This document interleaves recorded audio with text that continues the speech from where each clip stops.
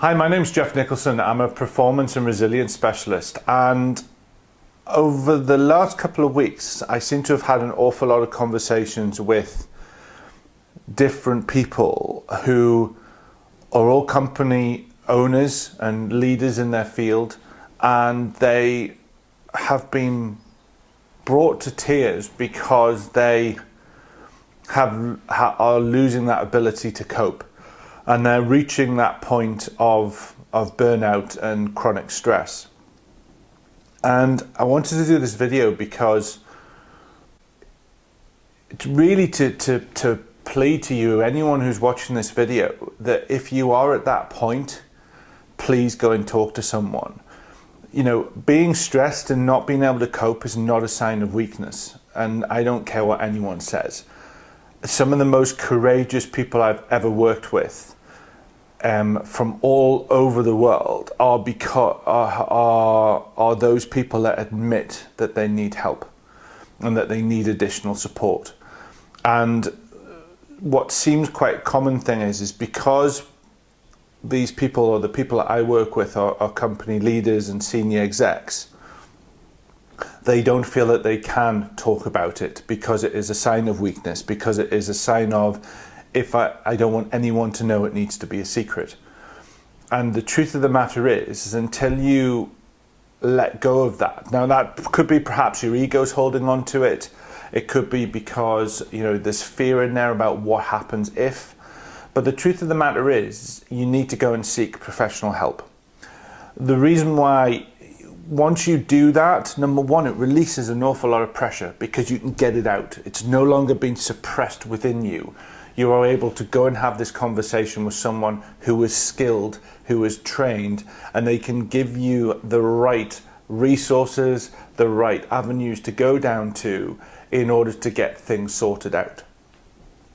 The other thing is, because of that awareness, it gives you that ability to choose. It gives you that ability to go and seek. You know, if you need therapy, go and get some therapy. You don't have to tell anyone. Let's be realistic. You can keep it to yourself, but you can go and seek that help. If it's looking at getting a resilience coach or someone to help you go through your challenges, then at least you know that that's what you need and you can go and get it sorted out. The reason why I'm doing this video, the reason why I'm so passionate about it is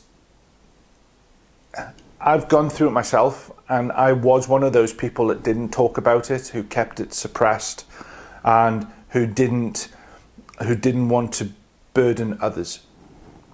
And in doing so, it cost me 6 years. I ended up getting a lot of nasty illnesses, including meningitis twice. I was bedbound for a year, sleeping 22 hours a day. I was then housebound and needing a walking stick or wheelchairs. I was clinically depressed. I was ridiculously anxious about stuff. I wouldn't leave the house. My cognitive ability failed. And it took me to the point where I did actually leave the house to commit suicide. Not because I wanted to give up, but simply because I thought my family was better off without me and there was no other option.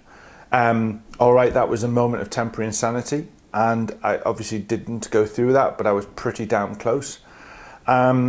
So I just really wanted to do this quick video just to say, please go and speak to someone. Now, you might be right in saying, I don't want to speak to my parents or my spouse or partner or my friends, because they might not be the right people for you. Either because you don't want to burden them with your stuff, or perhaps because how they would respond is not beneficial for your recovery and for you to get sorted. But I really want you to understand that it's vital that you go and speak to someone, because burnout and chronic stress is a slippery road.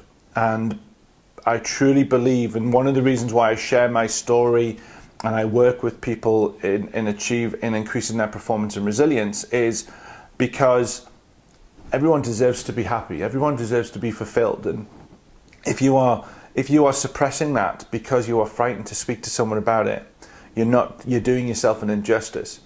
As a business owner, you're jeopardizing your company because of the fact that you're not seeking help. Remember, it's not a sign of weakness. And what it is if you are, I mean, I lost 6 years and I physically couldn't work during that period of time.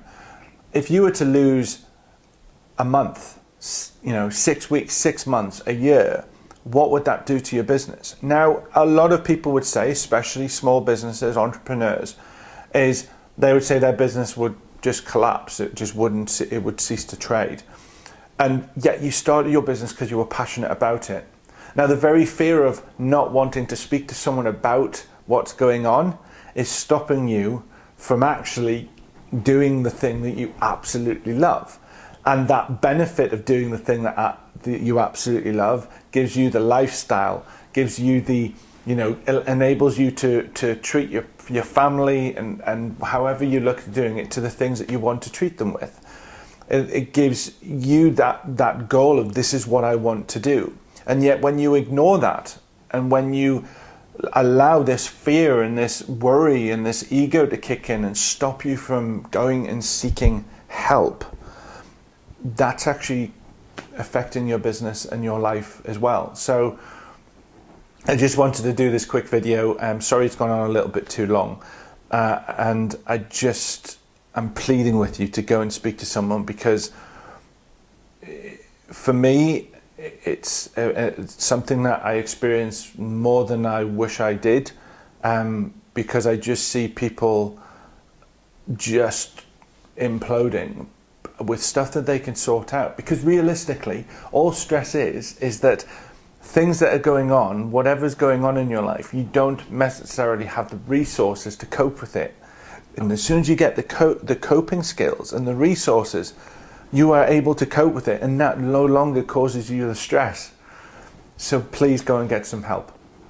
So anyway, thank you very much for watching. Take care. Have an amazing day, and you'll see me soon. Bye bye.